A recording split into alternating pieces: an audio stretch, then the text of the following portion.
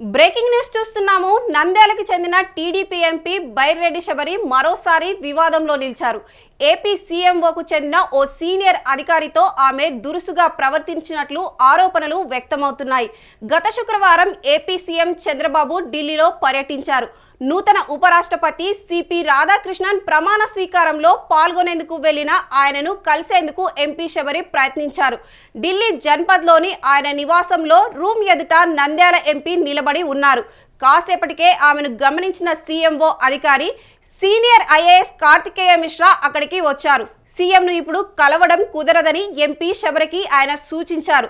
దీంతో MP Sabari CMO అధికారి Karthikeya మిశ్రాపై fire అయ్యారు. ఉద్దేశపూర్వకంగానే తనను సీఎం చంద్రబాబును కలవడానికి అవకాశం కల్పించలేదని ఆయనతో వాగ్వాదానికి దిగారు.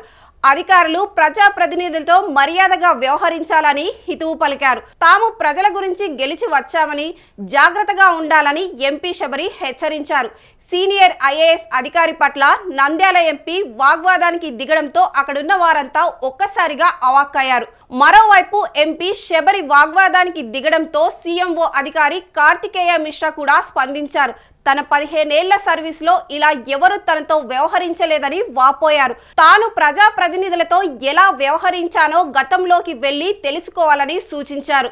మొత్తానికి నంద్యాల ఎంపీ బైరెడ్డి శబరి వ్యవహారం ఏపీలోని ఉన్నత అధికారుల్లో రాజకీయ వర్గాల్లో చర్చానీయాంశమైంది.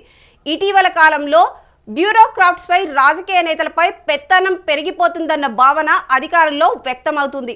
మరోవైపు ముందు నుంచి దూకుడు స్వభావంతో ఉండే నంద్యాల ఎంపీ బైరెడ్డి శబరి వ్యవహారాలే ఈ వివాదానికి కారణమన్న అభిప్రాయాలు కూడా వ్యక్తమవుతున్నాయి.